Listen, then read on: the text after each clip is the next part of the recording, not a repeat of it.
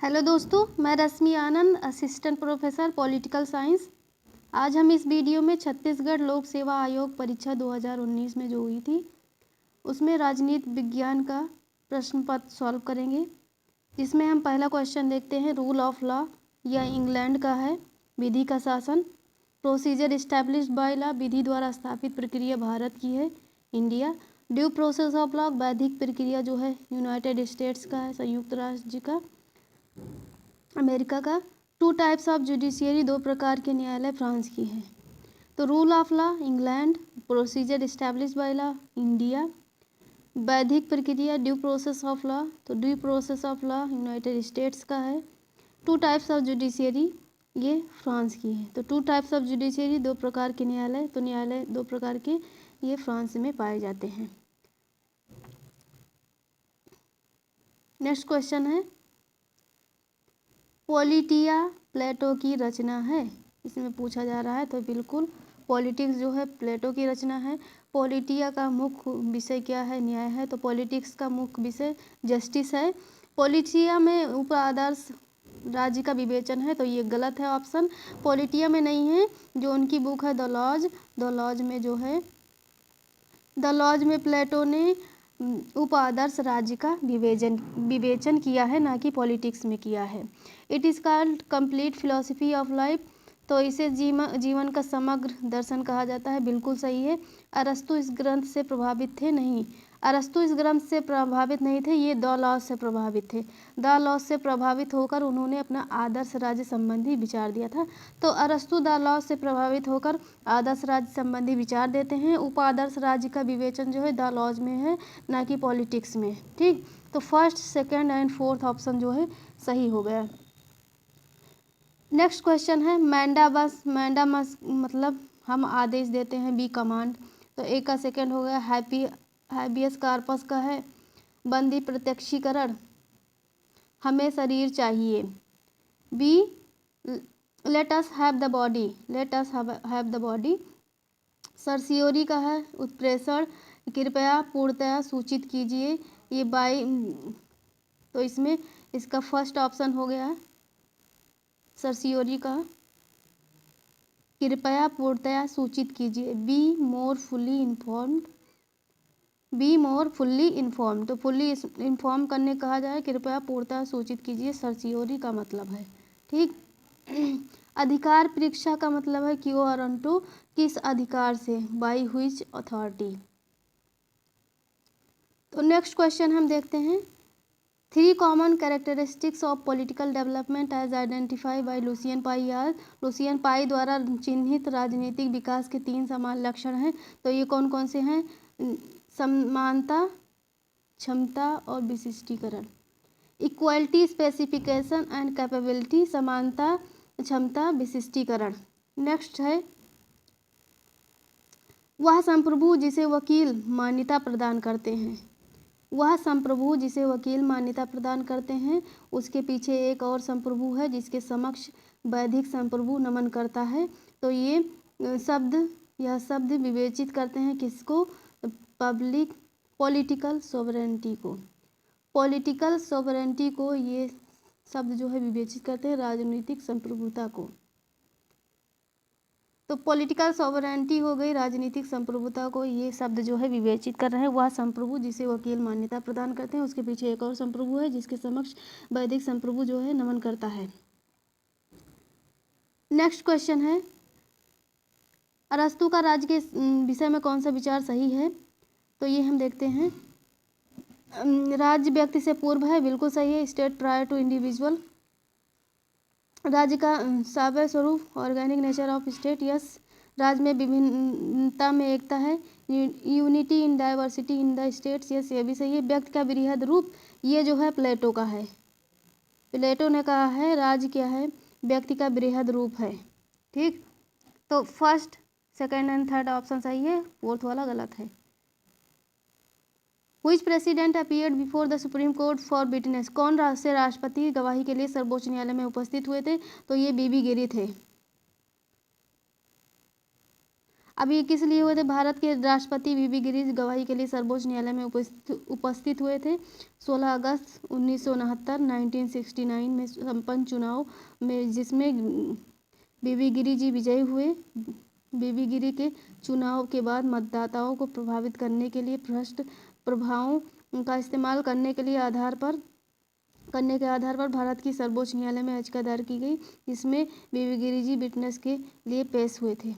Next question है, यहाँ पे हम देखते हैं कौन सा स्टेट इज नेसेसरी। तो स्टेट इज नेसेसरी जो है, राज्य एक आवश्यक बुराई है, व्यक्तिवाद।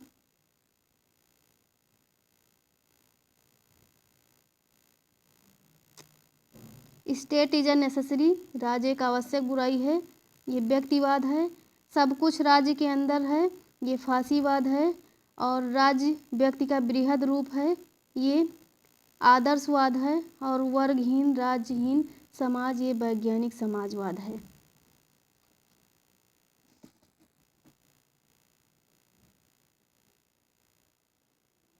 तो राज्य एक आवश्यक बुराई है, व्यक्तिवाद सब कुछ राज्य के अंदर है, फांसीवाद राज्य व्यक्ति का बृहद रूप है, आदर्शवाद वर्गहीन राज्यहीन समाज वैज्ञानिक समाजवाद। तो यहाँ पे हमने देखा state is a necessary evil, individualism, everything within state, fascism, state is man writ large, ये जो है आइडियलिज्म है, classless stateless society scientific socialism की है। नेक्स्ट है question number 9, which of the statement is true, which of the statement is true about globalization, वैश्वीकरण के बारे में कौन सा कथन सही है।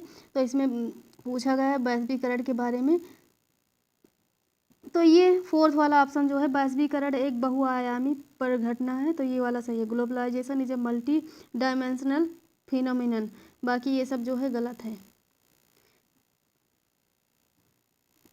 What is correct about Marx, अब मार्क्स के बारे में क्या सही है के विषय में, तो इसमें हम देखते हैं राज्य बुर्जुआ वर्ग की कार्यकारिणी समिति है। तो राज्य क्या है? राज्य बुर्जुआ वर्ग की कार्यकारिणी समिति है, ये सही है। राज्य शोषण की करने वाली संस्था, ये भी सही है। राज्य कुम्हला जाएगा, ये भी सही है। राज्य विघटित हो जाएगा, तो ये गलत है। राज्य बुर्जुआ वर्ग की कार्यकारिणी समिति, ये सही है। राज्य शोषण करने वाली संस्था बताया है मार्क्स ने। राज्य कुम्हला जाएगा, तो ये भी सही है। लेकिन राज्य विघटित हो जाएगा, तो इसकी बात नहीं की गई है। नेक्स्ट है क्वेश्चन नंबर 11, मनु की 60 गुण नीति में क्या सम्मिलित नहीं है। तो मनु की 60 गुण नीति जो है, उसमें 3, 4, 5, अब व्यवहार नहीं सम्मिलित है, ना ही युद्ध सम्मिलित है, ना ही समय सम्मिलित है। संधि है, विग्रह है, संश्रय है। ठीक, संधि विग्रह संश्रय और एक साथ द्वैधी भाव। हाँ, संधि विग्रह यान आसन द्वैधी भाव, ये 6 लक्षण हैं, जबकि ये व्यवहार समय युद्ध ये सब जो है नहीं है। नेक्स्ट है, एक व्यवस्था की क्या विशेषताएं होती हैं। What is characteristics of a system. तो एक व्यवस्था की निम्न विशेषताएं होती हैं। व्यापकता होगी, कॉम्प्रिहेंसिवनेस, इंटरडिपेंडेंसी परस्पर निर्भरता, एग्जिस्टेंस ऑफ बाउंड्रीज सीमाओं का अस्तित्व, ये सभी जो है एक व्यवस्था की विशेषताएं हैं। और अवेलेबिलिटी ऑफ रिसोर्सेज, संसाधनों की उपलब्धता, ये नहीं है। नेक्स्ट क्वेश्चन है क्वेश्चन नंबर 13, मान लीजिए लोकसभा की सदस्य संख्या 554 है, 15 स्थान रिक्त हैं, सदन राष्ट्रपति के विरुद्ध महाभियोग प्रक्रिया पर विचार कर रहा है। मतदान के समय सदन में 520 सदस्य उपस्थित हैं, इनमें से 501 सदस्य मतदान करते हैं। प्रस्ताव के विरुद्ध 168 वोट प्राप्त हुए। अब प्रस्ताव के विरुद्ध जो है 168 वोट प्राप्त हुए, क्या होगा अब इस परिस्थिति में? तो इसमें क्या होगा, जो रिजोल्यूशन है विल नॉट बी पास्ड, प्रस्ताव जो है पारित नहीं होगा। अब यहाँ पे दिया गया है राष्ट्रपति के महाभियोग की प्रक्रिया में मतदान के समय सदन में 500 सदस्य उपस्थित हैं, इनमें से 501 सदस्य मतदान करते हैं, प्रस्ताव के विरुद्ध 168 वोट प्राप्त हुए, अतः प्रस्ताव पारित नहीं होगा क्योंकि इसके लिए 2/3 सदस्यों का समर्थन जो है पूर्ण नहीं है, इसी कारण जो है पारित नहीं होगा। नेक्स्ट क्वेश्चन है, संप्रभुता राज्य की सर्वोपरि इच्छा है। तो ये कथन है बिलोबी का, WF बिलोबी। तो WF बिलोबी ने कहा है संप्रभुता राज्य की सर्वोपरि इच्छा है, sovereignty is the supreme will of state. Next question है, direct democracy is related with, प्रत्यक्ष प्रजातंत्र संबंधित है किससे? तो प्रत्यक्ष प्रजातंत्र, यहाँ पे ऑप्शन दिया गया है जनमत संग्रह, प्रत्यावर्तन, आरंभण से संबंधित है। ठीक, तो यहाँ पे डायरेक्ट डेमोक्रेसी, जनमत संग्रह, प्रत्यावर्तन, आरंभण से संबंधित है, ये निर्वाचन से रिलेटेड नहीं है। रेफरेंडम है, रिकॉल है, इनिशिएटिव है। नेक्स्ट क्वेश्चन है, यहाँ पे ओल्ड टर्मिनोलॉजी दी गई है और न्यू टर्मिनोलॉजी, अब इसको मिलान करना है। इसमें राज्य जो है, राज्य पॉलिटिकल सोशलिज्म, राजनीतिक व्यवस्था, राज्य का पुराना रूप जो है स्टेट है, मतलब इस राज्य ही है, और नया शब्दावली उसकी है पॉलिटिकल सोशलिज्म, राजनीतिक व्यवस्था। पावर शक्तियों जो है, ये पुरानी टर्मिनोलॉजी हो गई, और नई जो है टर्मिनोलॉजी क्या होगी, इंडिविजुअलिज्म, ये कृत हो गया। इंस्टीट्यूशन, संस्थाएं, ये ओल्ड टर्मिनोलॉजी हो गई, और न्यू टर्मिनोलॉजी इसके जगह पे क्या आया है, आइडियलिज्म, संरचनाएं। पब्लिक ओपिनियन, जनमत जो है ये ओल्ड टर्मिनोलॉजी है, इसके जगह पे न्यू टर्मिनोलॉजी लाई गई है, ये क्या है, पॉलिटिकल कल्चर, राजनीतिक संस्कृति। तो राज्य ओल्ड टर्मिनोलॉजी है, इसके जगह पे न्यू टर्मिनोलॉजी क्या है, पॉलिटिकल सोशलिज्म। पावर ओल्ड है, न्यू क्या है, इंडिविजुअलिज्म। इंस्टीट्यूशन, संस्थाएं ओल्ड हैं, इसके जगह पे क्या है, आइडियलिज्म, संरचनाएं आई, आइडियलिज्म।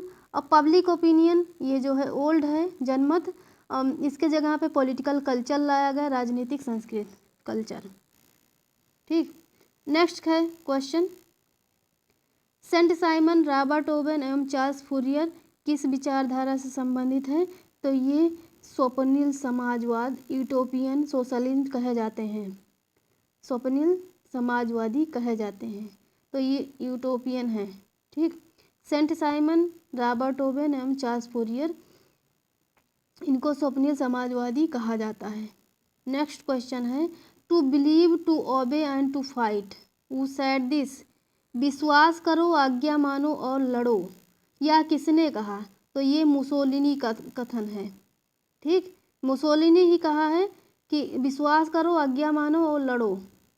नेक्स्ट क्वेश्चन है, क्वेश्चन नंबर 19, वित्त विधेयक के विषय में सही क्या है? तो वित्त विधेयक के विषय में ये चारों ऑप्शन सही हैं। वित्त विधेयक लोकसभा में ही पूरा स्थापित किया जा सकता है। वित्त विधेयक पर राष्ट्रपति का पूर्व हस्ताक्षर आवश्यक है। राज्य सभा इसे पारित करने से इनकार कर सकती है और राष्ट्रपति इसे पुनर्विचार के लिए संसद को लौटा सकता है। नेक्स्ट क्वेश्चन है, वित्त विधेयक का उल्लेख कहाँ मिलता है? भारतीय संविधान के अनुच्छेद 117 में वित्त विधेयक के बारे में विशेष उपबंध है, जो हमने देखा। नेक्स्ट क्वेश्चन है, व्हाट इज करेक्ट, क्या सही है, इसमें पूछा गया है, तो हम देखते हैं क्या सही है। तो फर्स्ट है, तारांकित प्रश्नों का उत्तर मौखिक दिया जाता है, तो ये सही है। तारांकित answer of stared questions is given orally, बिल्कुल ये फर्स्ट वाला सही हो गया। तो ये ओरली दिया जाता है। तारांकित प्रश्नों का उत्तर लिखित दिया जाता है, तो ये गलत ऑप्शन है। तारांकित प्रश्नों का उत्तर जो है रिटन नहीं होता है। ये सेकेंड वाला गलत है, फर्स्ट ट्रू है। मौखिक दिया जाता है, लिखित नहीं है। उसके बाद क्या है,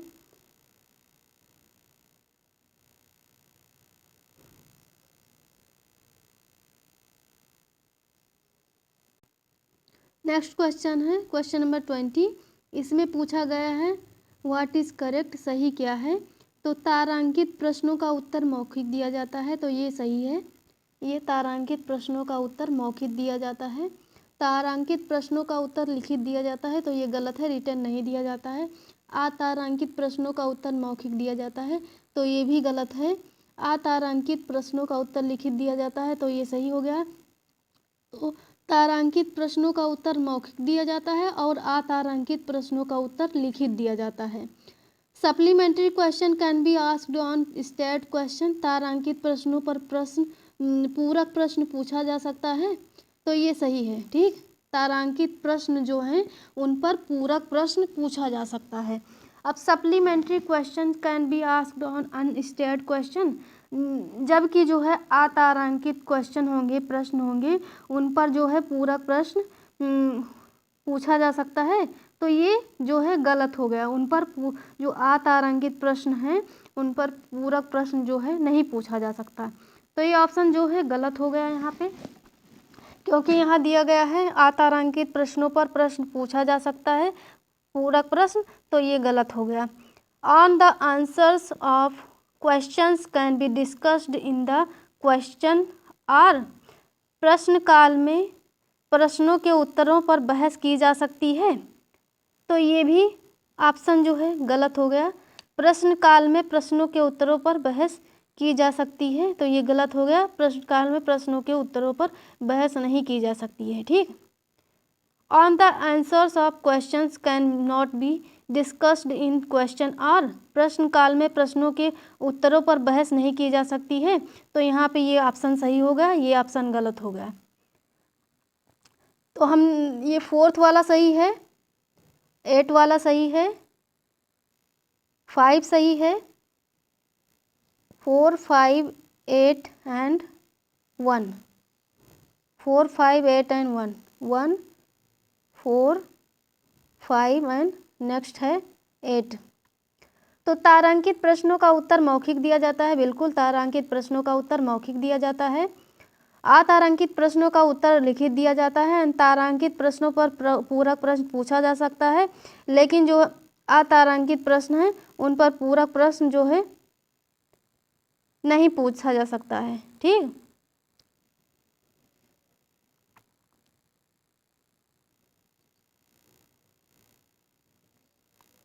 नेक्स्ट है प्रश्न काल में प्रश्नों के उत्तरों पर बहस की जा सकती है। तो यहाँ हमने देखा। नेक्स्ट क्वेश्चन है क्वेश्चन नंबर 21। अब यहाँ पे भी पूछा जा रहा है कौन सा क्वेश्चन जो है ऑप्शन सही है।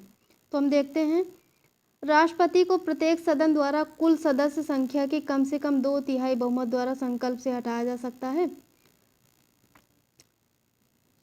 तो यह कथन जो है सही हो गया। ठीक, फर्स्ट वाला, राष्ट्रपति को प्रत्येक सदन द्वारा कुल सदस्य संख्या के कम से कम 2/3 द्वारा पारित संकल्प से हटाया जा सकता है। सेकंड ऑप्शन है,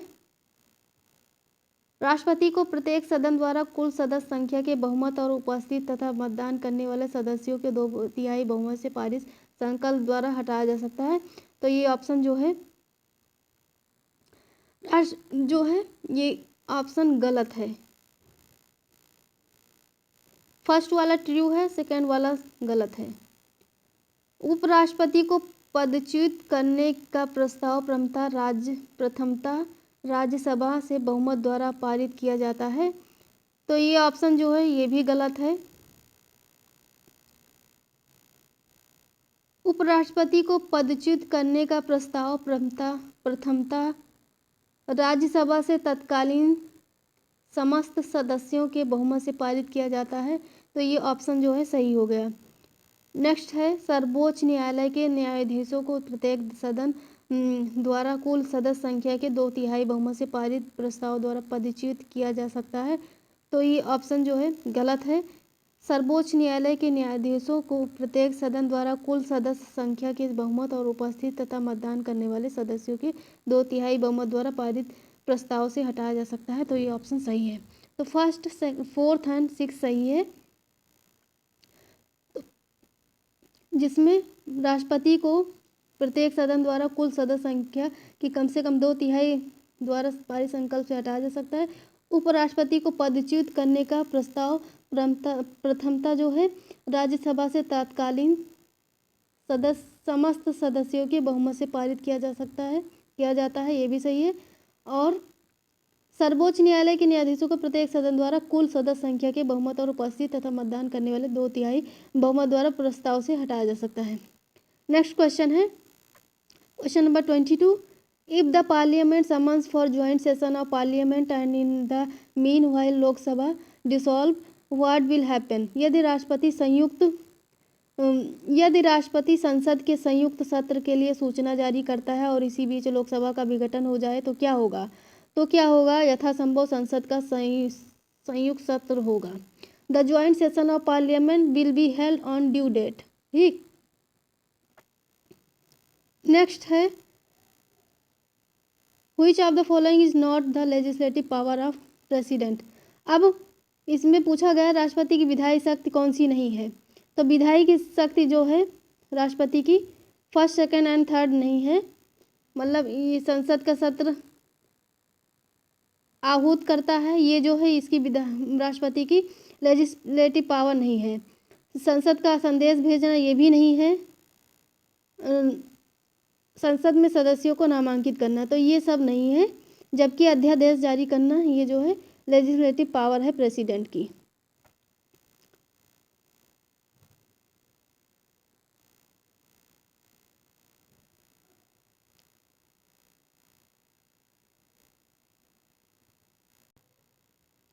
तो यहाँ पे हम देखते हैं व्याख्या में क्या कहा गया। भारत का राष्ट्रपति संसद का अंग होने के नाते उसे निम्न विधायी शक्तियाँ प्राप्त हैं। अब यहाँ पे दिया गया है व्याख्या में, संसद का सत्र आहूत करेगा, संसद को संदेश भेजना, संसद के सदस्यों को नामांकित करना, संसद के जो सदस्य हैं अनुच्छेद आर्टिकल 331 में बात कही गई है, अध्यादेश जारी करना आर्टिकल 123 के अनुसार 123 के अनुसार राष्ट्रपति की विधायी शक्तियाँ हैं। अब इसमें जो है सभी को विधायी शक्तियाँ माना गया है। अब यहाँ पे व्याख्या में नोट में कहा गया प्रश्न में दिए गए सभी विकल्प राष्ट्रपति की विधायी शक्ति के संदर्भ में सत्य हैं, जबकि आयोग ने पूछा था कौन सी राष्ट्रपति की विधायी शक्ति नहीं है। अतः इस प्रश्न में सभी विकल्प जो है सही हैं। तो आयोग को यह प्रश्न निरस्त कर देना चाहिए, परंतु उन्होंने ऐसा नहीं किया और इसका उत्तर विकल्प सी माना है। तो आप ये क्वेश्चन जो है देख लीजिएगा, ये भी थोड़ा कंफ्यूजिंग है। What is similarity among the जजेस of Supreme Court, Controller and Auditor General and Chief Election Commissioner. सर्वोच्च न्यायालय के न्यायाधीशों, नियंत्रक, महालेखा परीक्षक और मुख्य निर्वाचन आयुक्त के मध्य किन विषयों में समानता है। अब जो सुप्रीम कोर्ट के जज हैं और नियंत्रक, महालेखा परीक्षक और मुख्य निर्वाचन आयुक्त, अब इनके मध्य किन विषयों में समानता है। तो हम देखते हैं किन विषयों में समानता है। नियुक्ति में समानता है, अपॉइंटमेंट एंड रिमूवल प्रोसीजर, पदच्युत प्रक्रिया। ठीक। वेतन में और कार्यकाल में इसमें कोई समानता नहीं है। अपॉइंट में है, रिमूवल प्रोसीजर में है, रिमूवल में। नेक्स्ट क्वेश्चन है what is written in the constitution about prime minister. संविधान में प्रधानमंत्री के विषय में क्या लिखा गया है। तो फिर यहाँ पे हम देखते हैं वह मंत्रिपरिषद का मुखिया होगा, बिल्कुल। वह संसद का सदस्य होगा, ये गलत है। वह लोकसभा के बहुमत दल का नेता होगा। He shall be leader of majority party of Lok Sabha. तो ये भी ऑप्शन जो है यहाँ पे गलत है।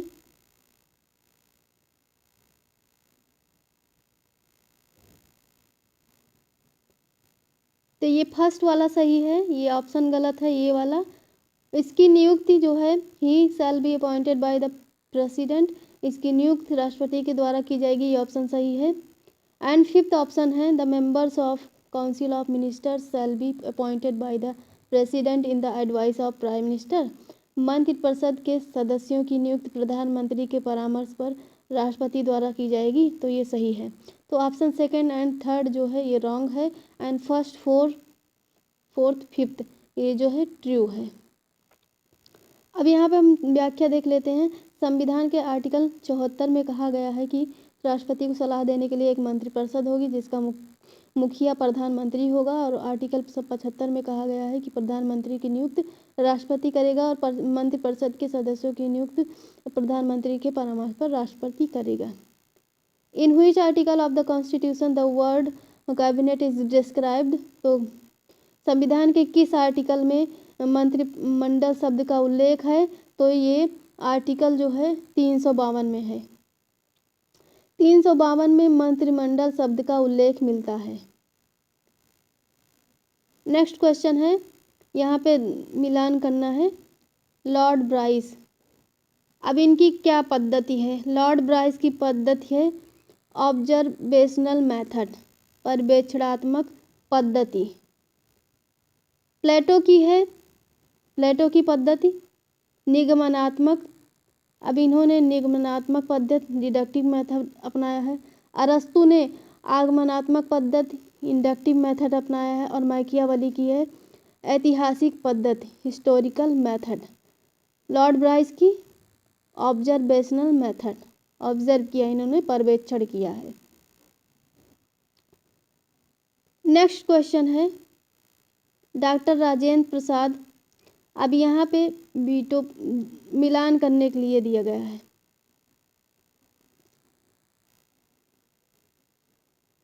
राजेंद्र प्रसाद ने क्या कहा था? निषेधाधिकार की धमकी दी थी, ठीक, तो ये फोर्थ वाला हो गया। Threatening of veto, doctor Rajendra Prasad, doctor APJ Abdul Kalam, इन्होंने क्या किया था? वीटो निषेधाधिकार किया था, इनसे संबंधित है। ज्ञानी जैल सिंह, अब ज्ञानी जैल सिंह इन्होंने पॉकेट वीटो इनका है, जैवी निषेधाधिकार। और BD जत्ती, इनको मंत्रिपरिषद को सलाह पर पुनर्विचार के लिए कहना इसलिए जाना जाता है, ठीक। डॉक्टर राजेंद्र प्रसाद निषेधाधिकार की धमकी, डॉक्टर APJ अब्दुल कलाम वीटो निषेधाधिकार वीटो, ज्ञानी जैल सिंह ये जैवी निषेधाधिकार, BD जत्ती मंत्रिपरिषद को सलाह पर पुनर्विचार के लिए कहना, तो ये इनका सही क्रम है। नेक्स्ट क्वेश्चन है what is sequence of following written in the preamble of the constitution, तो इसमें प्रीएम्बल की जो संविधान की प्रस्तावना में इसका क्रम पूछा गया है, तो क्रम है न्याय, स्वतंत्रता, समानता और बंधुत्व।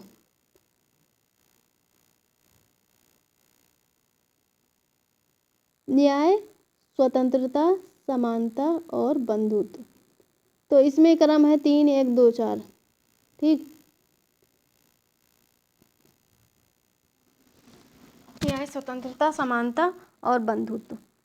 द्वंद्ववाद के संदर्भ में कौन सुमेलित है? तो द्वंद्ववाद के संबंध में जो है चारों सुमेलित हैं, हीगल, मार्क्स, प्लेटो, सोक्राट्स। हीगल, मार्क्स, प्लेटो, सोक्रात, हीगल। अब ये जो है ये लोग द्वंद्ववाद के संदर्भ में सबसे पहले सोक्रात आते हैं, फिर उनसे प्लेटो ने लिया, फिर हीगल ने, तब मार्क्स आते हैं। अब हीगल के द्वंद्ववाद को मार्क्स ने भौतिक रूप से वर्णित किया है। अब हीगल का ही द्वंद्ववाद लेकर मार्क्स जो है उसको भौतिक रूप देते हैं। नेक्स्ट क्वेश्चन है कौटिल्य के अनुसार निश्चितार्थ, परमितार्थ, शासनहार किससे संबंधित है? निश्चितार्थ, परमितार्थ, शासनहार किससे संबंधित है? तो ये है राजदूत व्यवस्था से। एम्बेसडर सिस्टम से संबंधित है राजदूत व्यवस्था। अब इसका हम देखते हैं निःसृष्टार्थ मतलब उनके अधिकार संपन्न राजा की अनुमति के बिना संदेश समझौता कर सकता है।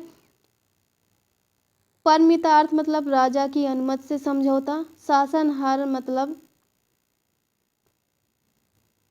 केवल संदेश देने का कार्य करते हैं। ठीक, तो ये राजदूत व्यवस्था से संबंधित है। नेक्स्ट क्वेश्चन है which philosopher has treated democracy as a perverted form of government. किस दार्शनिक ने प्रजातंत्र को शासन का विकृत रूप माना है? तो ये अरस्तु ने माना है, एरिस्टोटल ने। ठीक, नेक्स्ट क्वेश्चन है who said pig philosophy to utilitarianism. Utilitarianism को उपयोगितावाद को सुअर दर्शन किसने कहा है? तो ये कार्लाइल ने कहा है।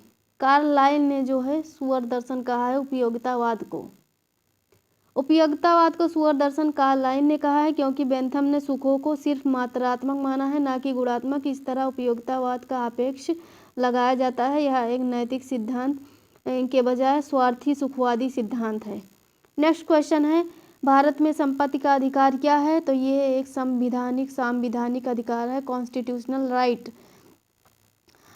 नेक्स्ट क्वेश्चन है what is matched in the current context of functions of executive. कार्यपालिका के संदर्भों में कार्यपालिका के कार्यों के संदर्भ में क्या सुमेलित है? तो ये सुमेलित क्या है? देश में शासन करना, to rule over the country, ये सही है। एग्जीक्यूशन ऑफ लॉज, कानून का क्रियान्वयन करना, ये भी सही है। टू मेक रूल्स, नियमों का निर्माण करना, ये भी सही। कानून का निर्माण करना, तो ये गलत है। ठीक, कानून का निर्माण कौन करता है? वो विधायिका करती है, ना कि कार्यपालिका।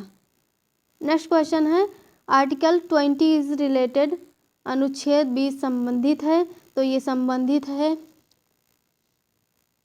कार्योत्तर विधि से संरक्षण, protection from ex post facto law.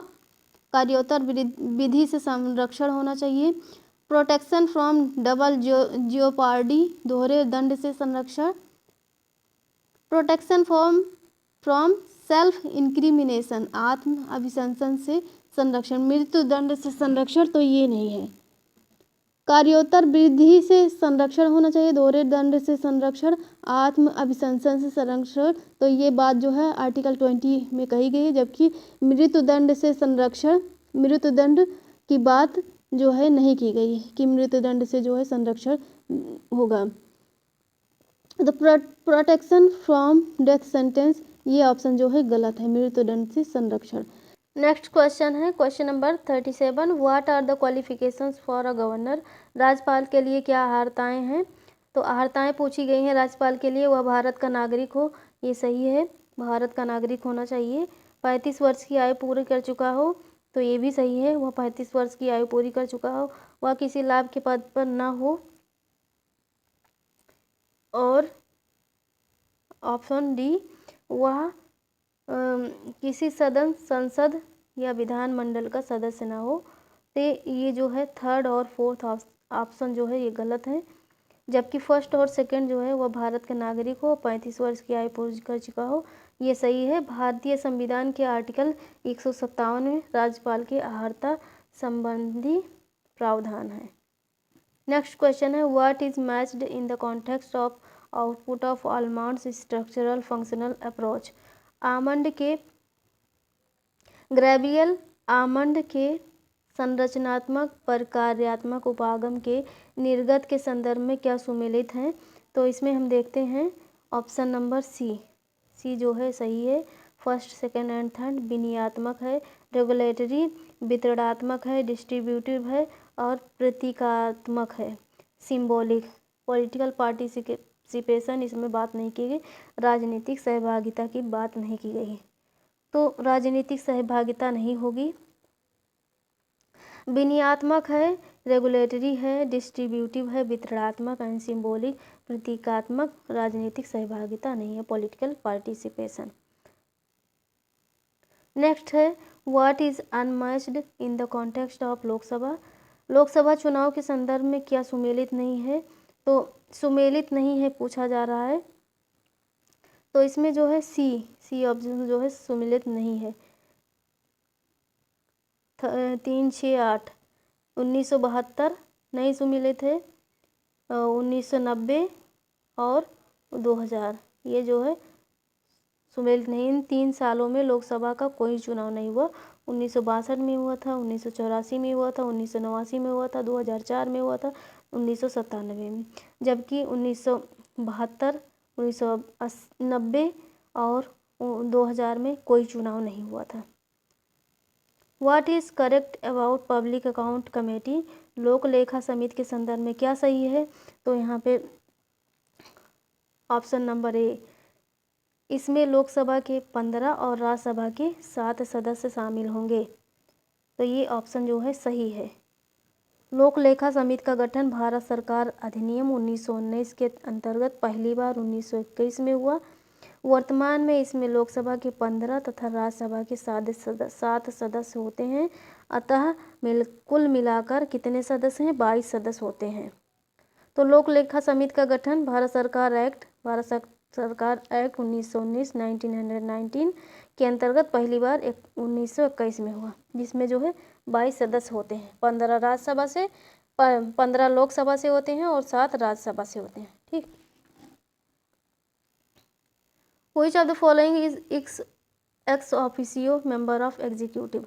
कौन कार्यपालिका का पदेन सदस्य होता है, तो ये मंत्रिपरिषद के सदस्य जो हैं कार्यपालिका के पदेन सदस्य होते हैं, जो समय समय पर सरकार के बैठकों में सम्मिलित होते हैं। तो यहाँ पे हो गया ये ऑप्शन नंबर फर्स्ट, कार्यपालिका के पदेन सदस्य मंत्रिपरिषद के सदस्य होते हैं, कार्यपालिका के पदेन सदस्य। नेक्स्ट क्वेश्चन है question number 42, which fundamental rights have been given to non citizen too. कौन से मौलिक अधिकार जो है विदेशियों को और नागरिकों को दोनों प्राप्त है, मतलब अनागरिकों और नागरिकों, सिटीजन्स एंड नॉन सिटीजन्स दोनों को प्राप्त है। तो इक्वलिटी बिफोर लॉ, विधि के समक्ष समानता, फर्स्ट वाला ये दोनों को प्राप्त है। और protection in respect of conviction for offence, अपराधी को दोष सिद्धि के संबंध में संरक्षण, ये भी नागरिक और अनागरिक दोनों को प्राप्त है। और धार्मिक कार्यों के प्रबंध की स्वतंत्रता, freedom to manage religious affairs, ये तीनों option first, third and fourth जो है ये नागरिक और अनागरिक दोनों को प्राप्त है। और फ्रीडम ऑफ एक्सप्रेशन ये केवल नागरिकों को प्राप्त है, सेकेंड वाला। और गिरफ्तारी और निरोध से संरक्षण, protection against arrest and detention, ये भी केवल नागरिक को ही प्राप्त है।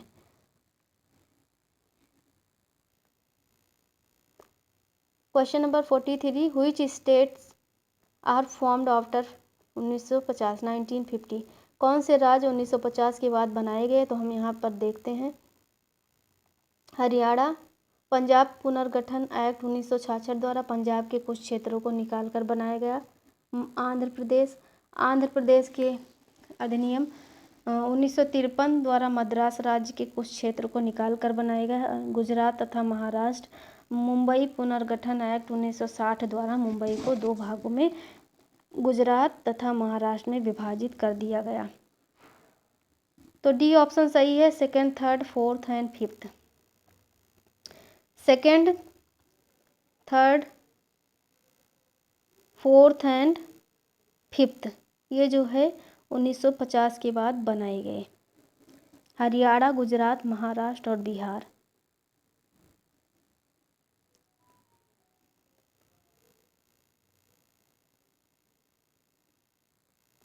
नेक्स्ट क्वेश्चन है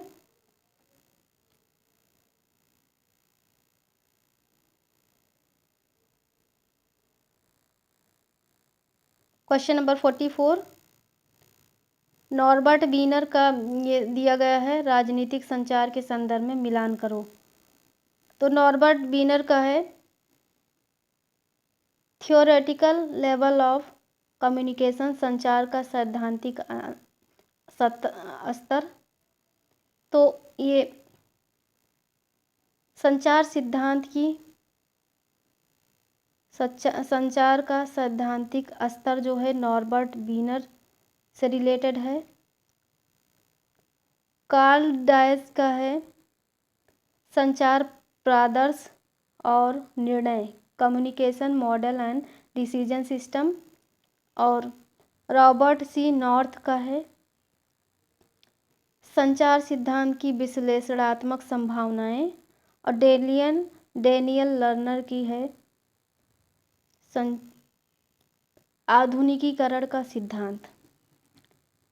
तो यहाँ पे हम देखते हैं नॉर्बर्ट वीनर का है संचार का सैद्धांतिक स्तर, theoretical level of communication. Karl Deutsch का है fourth option communication model and decision system. और रॉबर्ट सी नॉर्थ का है first option analytical possibilities of communication theory. और फोर्थ है डेनियल लर्नर की है आधुनिकीकरण का सिद्धांत। नेक्स्ट क्वेश्चन है who are the supporters of pluralistic theory of sovereignty. संप्रभुता के बहुलवादी सिद्धांत के समर्थक कौन है? तो यहाँ पे हम देखते हैं Laski, MacIver, Duguit and फिगिस। Laski, MacIver, Duguit and फिगिस, इनको क्या कहा जाता है? संप्रभुता के बहुलवादी सिद्धांत के समर्थक। Laski, MacIver, Duguit and फिगिस।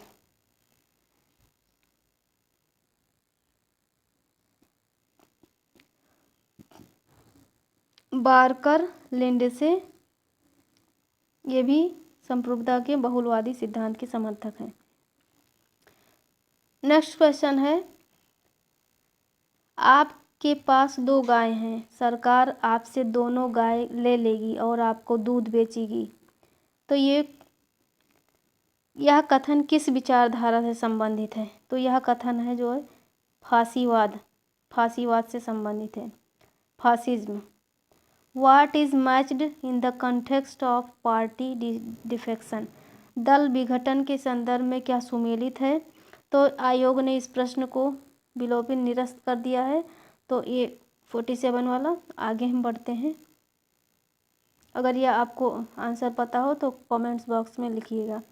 Indian National Congress is related to, भारतीय राष्ट्रीय कांग्रेस संबंधित है किससे? तो ये फर्स्ट, सेकंड एंड थर्ड तीनों ऑप्शन सही हैं। पाम ऑफ राइट हैंड, दाहिना पंजा, दाहिना पंजा से रिलेट है इसका निशान। गाय बछड़ा है, बैल जोड़ी है।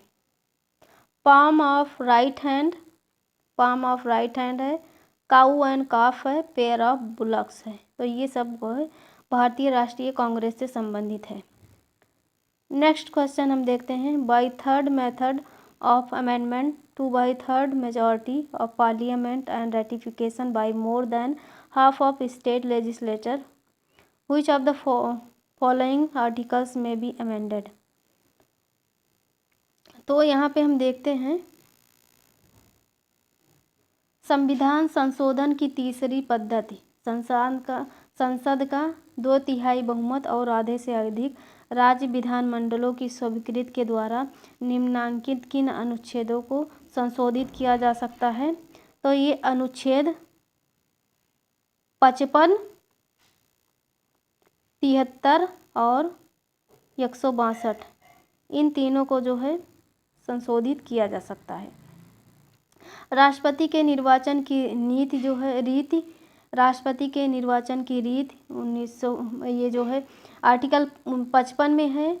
संघ की कार्यपालिका शक्ति का विस्तार आर्टिकल 73 और राज्य की कार्यपालिका शक्ति का विस्तार आर्टिकल 162, इन तीनों में जो है 2/3 बहुमत से और आधे से अधिक राज्य विधानमंडलों की स्वीकृति से जो है संशोधित किया जा सकता है। नेक्स्ट क्वेश्चन है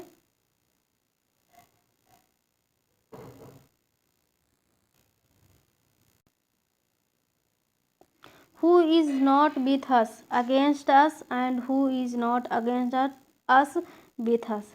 This statement is related to which country's foreign policy? मतलब जो हमारे साथ नहीं है वह हमारे विरुद्ध है और जो हमारे विरुद्ध नहीं है वह हमारे साथ है.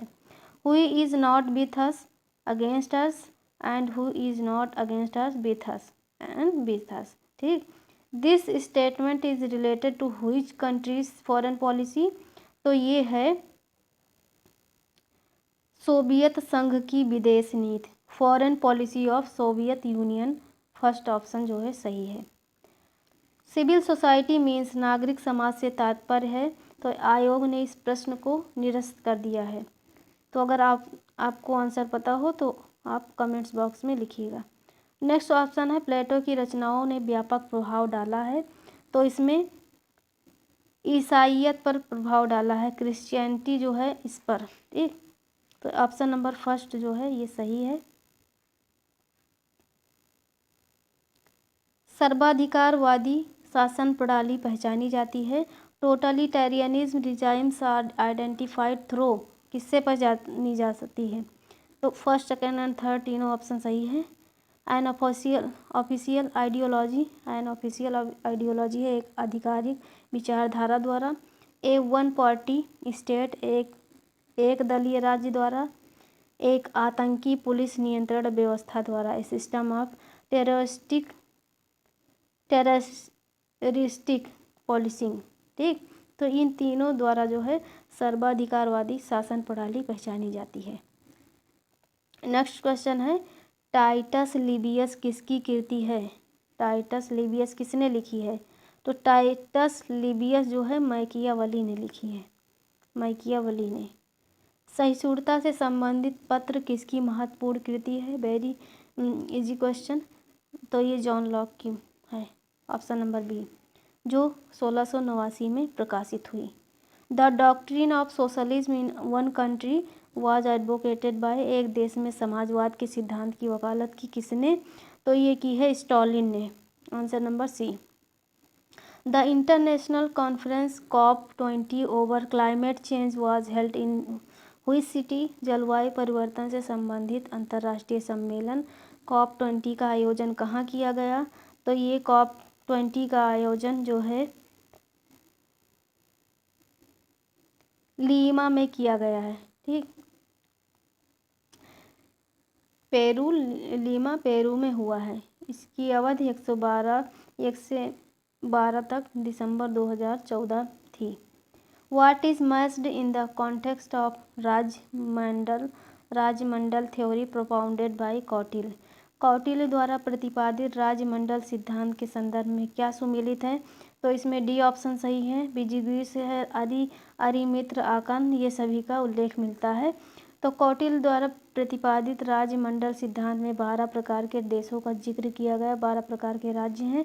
बिजिगुइस, अरिमित्र, अरिमित्र, मित्र का मित्र, अरिमित्र, पारसीड, ग्रह, पीठ का शत्रु, आकरंद, पारसीड, ग्रह, सार, आकरंद, सार, मध्यम तथा उदासीन देश आते हैं इसके अंदर. Which of the following is credited for good explanation of post behavioralism? निम्नांकित में से किसने उत्तर व्यवहारवाद की श्रेष्ठ व्याख्या की है? तो उत्तर व्यवहारवाद की श्रेष्ठ व्याख्या डेविड ईस्टन ने की है. डेविड ईस्टन ने व्यवहारवाद की रूढ़िवादिता, जड़ता और दिशाहीनता के कारण 1969 में इस क्रांति की घोषणा की. तो उत्तर व्यवहारवाद की श्रेष्ठता की व्याख्या डेविड ईस्टन द्वारा की गई है. कब की गई है डेविड ईस्टन द्वारा? तो 1969 में. नेक्स्ट क्वेश्चन है सामान्य अर्थ में शीत युद्ध की वैचारिक और भौगोलिक धुरी क्या थी? तो इसमें कौन सी धुरी थी? पूंजीवाद बनाम साम्यवाद, पश्चिम बनाम पूर्व, capitalism versus communism and west versus east. पूंजीवाद बनाम साम्यवाद, पश्चिम बनाम पूर्व, ये सभी नीति थी, धुरी थी भौगोलिक. In terms of activities it will not be proper to compare SAARC with. गतिविधियों के संदर्भ में दक्षेण सार्क की तुलना निम्न में से किस संगठन से करना उचित नहीं होगा? तो ये जो है नाटो से करना उचित नहीं होगा, क्योंकि यह एक सैन्य संगठन है। बाकी और सबसे करना उचित है। In context with his views on state, Gandhi ji was closer to. राज्य के संबंध में गांधी जी के विचार इनमें से किसके निकट थे? तो ये दार्शनिक अराजकतावादी कहे जाते हैं, फिलोसफिकल अनार्किज्म, दार्शनिक अराजकतावादी। तो ये अराजकतावादी इनको माना जाता है। The UN agency concern with the safety and peaceful use of nuclear technology is. परमाणु प्रौद्योगिकी के शांतिपूर्ण उपयोग और उसकी सुरक्षा से संबंध संयुक्त राष्ट्र संघ की एजेंसी का नाम क्या है? तो ये इंटरनेशनल एटॉमिक एनर्जी एजेंसी, अंतर्राष्ट्रीय आणविक ऊर्जा एजेंसी है।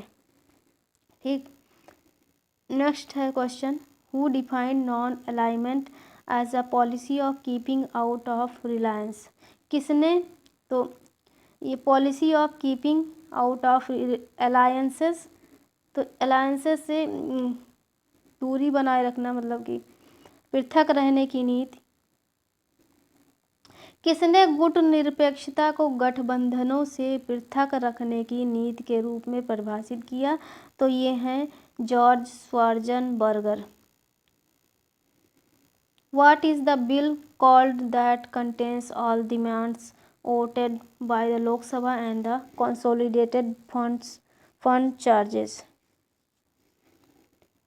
उस विधेयक को क्या कहते हैं जिसमें लोकसभा द्वारा स्वीकृत की जाने वाली सभी मांगें तथा उच्च संचित निधि प्रभार शामिल होते हैं? तो ये क्या कहलाता है?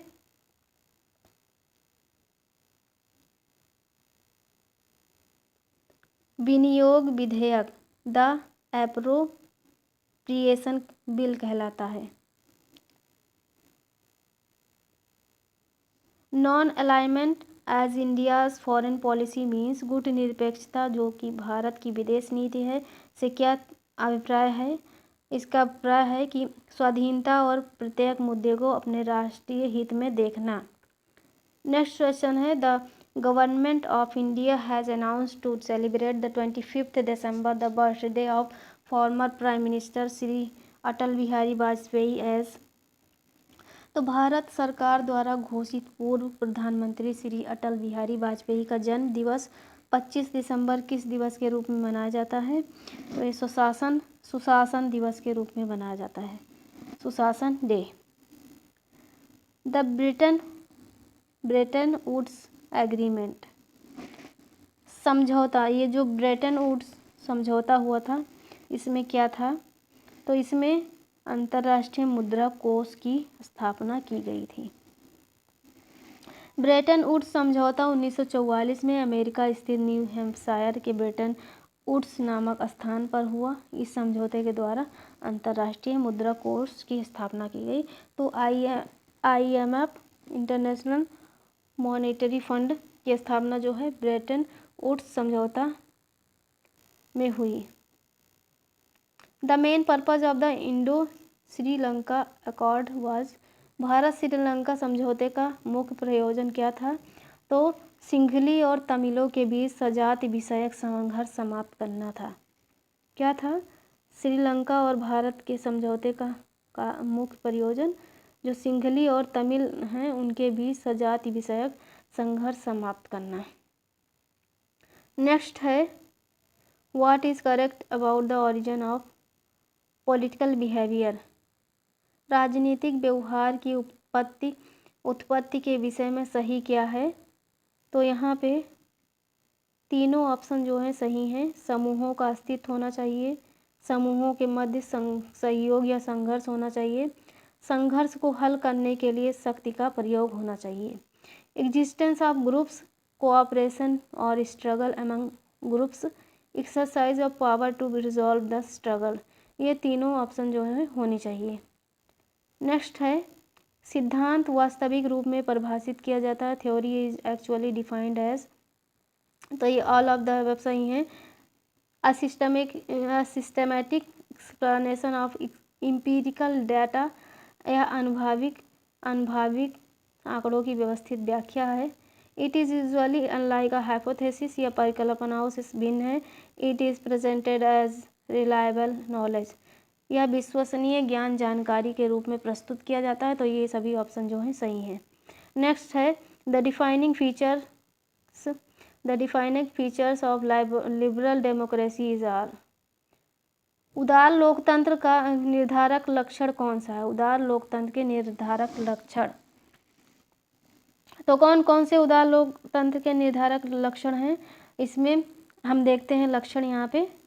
एक से अधिक राजनीतिक दलों में सत्ता के लिए प्रतिस्पर्धा होनी चाहिए। राजनीतिक पद किसी विशिष्ट वर्ग की बपौती न हो। राजनीतिक पद पर संवैधानिक सरकार होनी चाहिए और नागरिक स्वतंत्रता व व्यक्तिक अधिकारों की गारंटी होनी चाहिए। तो इसमें जो है सभी ऑप्शन सही हैं। नेक्स्ट क्वेश्चन है व्यापक सामाजिक उत्तरदायित्वों वाले राज्य को क्या कहा जाता है?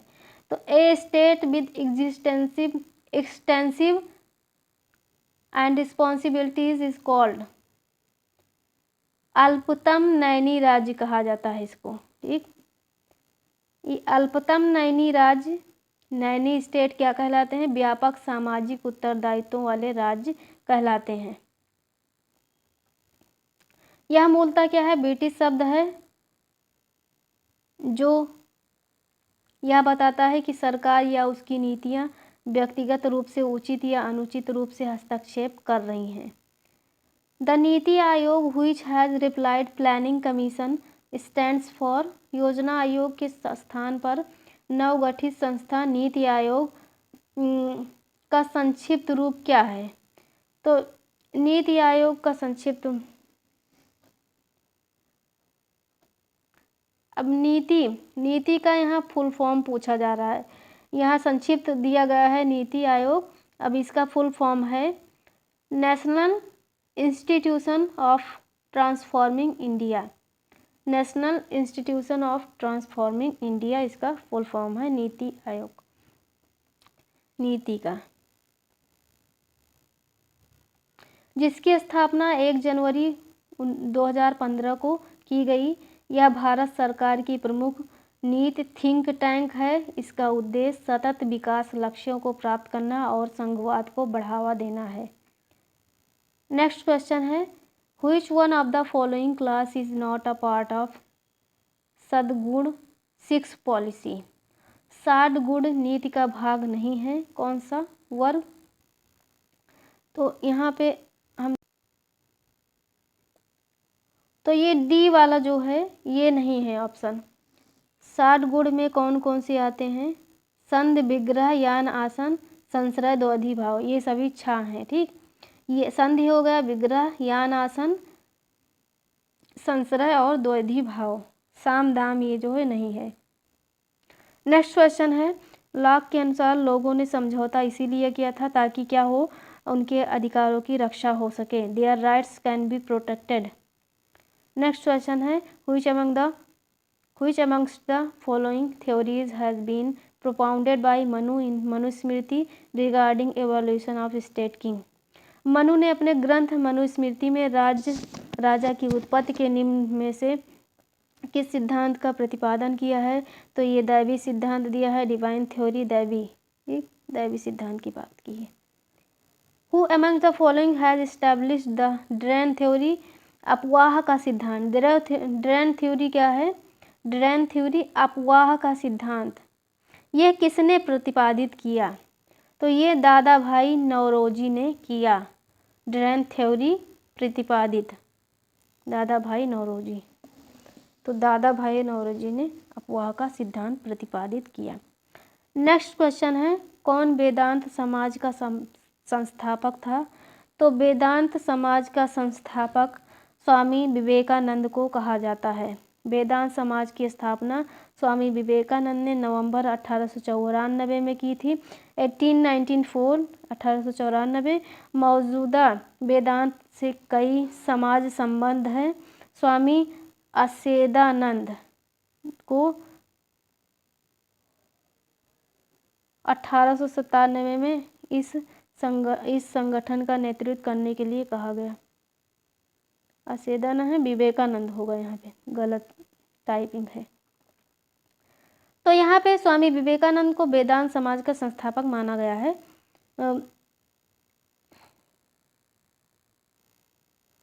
नेक्स्ट क्वेश्चन है question number 80, my experiment with truth is an autobiography of, ये महात्मा गांधी की है, बार बार रिपीटेड है क्वेश्चन। महात्मा गांधी की बुक क्या है? माई एक्सपेरिमेंट विथ ट्रूथ, ये इनकी आत्मकथा है जो गुजराती भाषा में लिखी गई है। कौन एक देश बिम्स्टेक जो 1997 में प्रारंभ हुआ का सदस्य नहीं है? तो ये जो है चाइना जो है बिम्स्टेक का सदस्य नहीं था। बिम्स्टेक जिसका पूरा नाम बंगाल की खाड़ी बहुक्षेत्रीय तकनीक और आर्थिक सहयोग उपक्रम है, बंगाल की खाड़ी से तटवर्ती देशों का एक अंतर्राष्ट्रीय सहयोग संगठन है बिम्स्टेक। इसका गठन जो है 1997 में हुआ। इसके सदस्य देशों में बांग्लादेश, भारत, म्यांमार, श्रीलंका, थाईलैंड, भूटान और नेपाल हैं। बांग्लादेश हैं, भारत हैं, म्यांमार, श्रीलंका, थाईलैंड, भूटान और नेपाल, ये बिम्स्टेक के सदस्य हैं। बिम्स्टेक का गठन जो है 1997 में किया गया। कौन गोखले के राजनीतिक गुरु थे? तो ये है रानाडे जो है गोपाल कृष्ण गोखले, गोपाल कृष्ण गोखले के राजनीतिक गुरु थे रानाडे। और महात्मा गांधी के गुरु कौन थे? गोपाल कृष्ण गोखले थे। तो गोखले के राजनीतिक गुरु रानाडे थे और महात्मा गांधी के राजनीतिक गुरु गोखले थे। कौन उपराष्ट्रपति था? तो यहाँ पे डॉक्टर राधाकृष्णन और डॉक्टर जाकिर हुसैन, ये जो है दोनों उपराष्ट्रपति थे, जबकि फखरुद्दीन अली अहमद और ज्ञानी जैल सिंह ये डायरेक्ट जो है राष्ट्रपति बने। व्हाट वाज इंक्लूडेड इन पंचशील, पंचशील में क्या सम्मिलित था? तो यहाँ पे अनाक्रमण, हस्तक्षेप, समानता और सहयोग, शांतिपूर्ण सहास्तित्व, ये चारों ऑप्शन जो हैं सही हैं, ये चारों सम्मिलित हैं। अनाक्रमण, हस्तक्षेप, समानता और सहयोग, शांतिपूर्ण सहास्तित्व, ये सभी होना चाहिए। पंचशील सिद्धांत या समझौता 29 अप्रैल 1954 को हुआ, जिसमें 5 सिद्धांत को आधारभूत बनाया गया। अब 5 सिद्धांत कौन कौन से हैं? अखंडता व प्रभुसत्ता का सम्मान करना, अखंडता व प्रभुसत्ता का सम्मान करना, एक दूसरे पर आक्रमण न करना, हस्तक्षेप न करना, समानता व लाभ की नीति का पालन करना, शांतिपूर्ण सहास्तित्व। ठीक, अखंडता व प्रभुसत्ता का सम्मान करना, एक दूसरे की पर आक्रमण न करना, हस्तक्षेप न करना, समानता व लाभ की नीति का पालन करना, शांतिपूर्ण सहास्तित्व, ये सभी जो हैं पंचशील में शामिल हैं। नेक्स्ट क्वेश्चन है, हु टोल्ड अनुशासन पर्व टू इंटरनल इमरजेंसी। तो अनुशासन किसने आंतरिक आपातकाल को अनुशासन पर्व कहा था? तो ये कहा आचार्य विनोबा भावे ने। नेक्स्ट क्वेश्चन है, what are the features of bureaucracy, नौकरशाही की क्या विशेषताएं हैं? तो नौकरशाही की विशेषता है सोपानात्मक संगठन,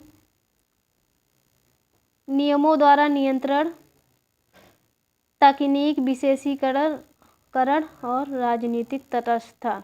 लाल फीताशाही, औपचारिकता, अनादरवादी, ये सब नहीं है।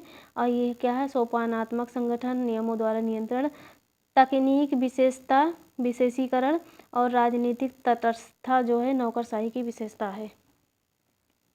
नेक्स्ट क्वेश्चन है, कोरिया संकट में भारत की भूमिका क्या थी? अब कोरिया संकट में भारत की भूमिका क्या थी हम देखते हैं। कोरियाई युद्ध जो है 1950-53 उत्तरी कोरिया से दक्षिणी कोरिया पर आक्रमण के साथ हुआ।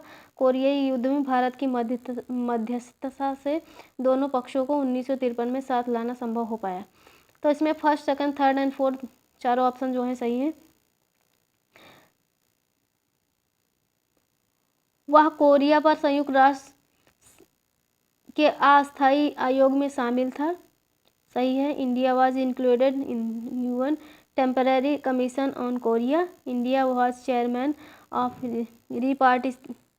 रिपाट्रिएशन कमीशन ऑफ न्यूट्रल नेशन, या वह तटस्थ राष्ट्रों के देश प्रत्यावर्तन आयोग का अध्यक्ष था, तो ये भी सही है। उसने कोरिया में शांति सेना भेजी था, तो ये भी सही है। India deputed peace keeping force to Korea.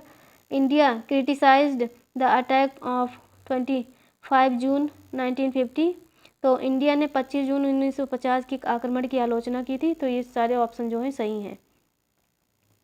Next question है question number 88। What are not the characteristics of cabinet government. तो कैबिनेट गवर्नमेंट मंत्रिमंडलीय सरकार की विशेषता क्या नहीं है, तो यहाँ पे हम देखते हैं व्यवस्थापिका कार्यपालिका के मध्य शक्ति पृथक्करण, ये नहीं है। एंड ऑप्शन नंबर फर्स्ट, राष्ट्रपति मंत्रिमंडल की अध्यक्षता करता है, तो ये नहीं है। ठीक, मंत्रिमंडल की अध्यक्षता जो है प्रधानमंत्री करता है, ना कि राष्ट्रपति। तो फर्स्ट और फोर्थ ऑप्शन जो हैं ये गलत हैं।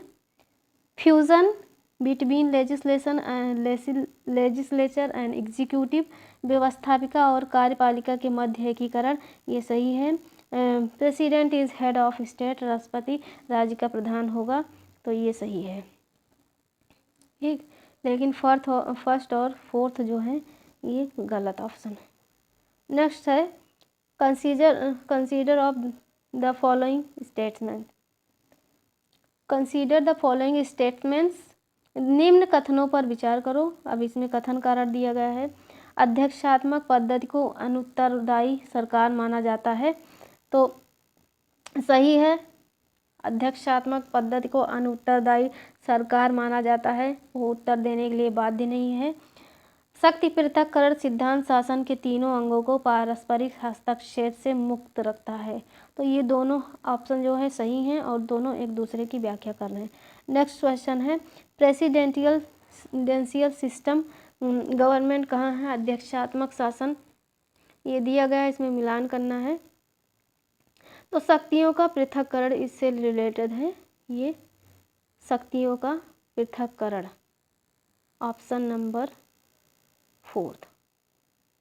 पार्लियामेंट्री सिस्टम गवर्नमेंट सिस्टम कहाँ है, संसदीय शासन, ये किससे रिलेटेड है, शक्तियों का एकीकरण यहाँ पे होता है। संघात्मक शासन फेडरल गवर्नमेंट, यहाँ पे शक्तियों का विकेंद्रीकरण होता है, decentralization of powers. Independence of judiciary, न्यायपालिका की स्वतंत्रता, ये क्या होगी, न्यायिक शक्तियों में का पृथक्करण। तो प्रेसिडेंशियल गवर्नमेंट में separation of powers, parliamentary government integration of powers, federal government decentralization of powers, independence of judiciary, ये सेपरेशन ऑफ जुडिशियल पावर्स, ये सब रिलेटेड हैं। नेक्स्ट क्वेश्चन है how judiciary maintain the supremacy of the constitution, न्यायपालिका संविधान की सर्वोच्चता को कैसे बनाए रखती है, तो ये कैसे बनाए रखती है, न्यायिक पुनरावलोकन द्वारा, by judicial review, by procedure establish by law, विधि द्वारा स्थापित प्रक्रिया द्वारा, वैधिक प्रक्रिया द्वारा, by due process of law. तो ये first second and third option सही है। मौलिक अधिकारों के लिए लेख जारी करने, ये बेकार, ये ऑप्शन जो है सही नहीं। Issuing Ritz for fundamental rights की कोई बात नहीं की गई है। तो न्यायपालिका संविधान की सर्वोच्चता को कैसे बनाए रखती है, by judicial review, by procedure establish by law, by due process of law. Next option question है what is the function of pressure group, दबाव समूह का कार्य क्या है, तो दबाव समूह का क्या कार्य है, तो ये है दबाव समूह के कार्य, option number C, first second and third, option number C. शासन की आलोचना करना, शासन का विरोध करना और शासकीय अधिकारियों का भयादोहन करना, ये सभी कार्य हैं, जबकि चुनाव नहीं लड़ते हैं दबाव समूह।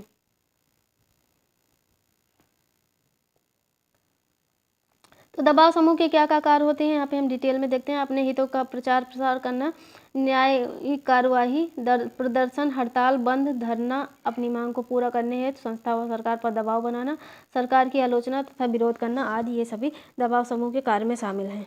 कौन अपने पद की शपथ लेता है? तो कौन अपने पद की शपथ लेता है? तो ये जो है फर्स्ट एंड सेकंड राष्ट्रपति और उपराष्ट्रपति लेते हैं।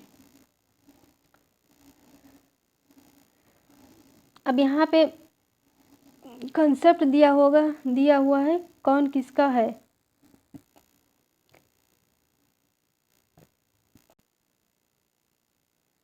अरस्तु का है राज व्यक्ति से पूर्व है, तो एरिस्टोटल का है राज व्यक्ति से पूर्व है। हीगल की है राज पृथ्वी पर ईश्वर का अवतरण है, राज पृथ्वी पर ईश्वर का अवतरण हीगल राज व्यक्ति से पूर्व है। अरस्तु ग्रीन का है शक्ति नहीं इच्छा ही राज्य का आधार है, तो ये ग्रीन का है। मार्क्स का है राज्य कुम्हला जाएगा, इस the state will wither away. ठीक, नेक्स्ट क्वेश्चन है question number 95। Hobbes Leviathan's head chopped off is Rousseau's general will, who told this. Rousseau की सामान्य इच्छा हॉब्स का लेवियाथन है जिसका सिर काट डाला गया है, यह किसने कहा है? तो ये कहा है, इसमें कोई भी ऑप्शन नहीं सही है, इसमें विद्वान इसे संबंधित नहीं है, ये इसमें कोई ही ऑप्शन सही नहीं है, तो आंसर नंबर डी हो गया। ठीक, नन ऑफ द अबव, उपयुक्त में से कोई नहीं। Who opposed democracy in ancient Greece, प्राचीन यूनान में प्रजातंत्र का विरोध किसने किया? तो प्राचीन यूनान में प्रजातंत्र का विरोध प्लेटो और अरस्तु दोनों ने किया।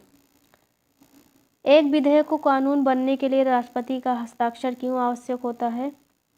क्योंकि राष्ट्रपति कार्यपालिका का अध्यक्ष है, राष्ट्रपति राष्ट्र की संप्रभुता का प्रतीक है, राष्ट्रपति विधेयक पर हस्ताक्षर कर उसे लागू करने की जिम्मेदारी लेता है। अब ये डी वाला जो है ये ऑप्शन गलत है, वह जनता के प्रति उत्तरदायी होता है, ये जो है गलत ऑप्शन है। तो ये सारे तीनों 1, 2, 3 जो है राष्ट्रपति का हस्ताक्षर इस पर आवश्यक होता है कानून बनने के लिए। क्वेश्चन नंबर 98 है, एकल संक्रमणीय मत पद्धति के विरोध में विषय में क्या सही क्या है? एकल संक्रमणीय मत पद्धति के विषय में क्या सही है? तो यहाँ पे फर्स्ट एंड थर्ड मतदाता अपनी उम्मीदवारों को मत देते हैं। मतदाता क्या है?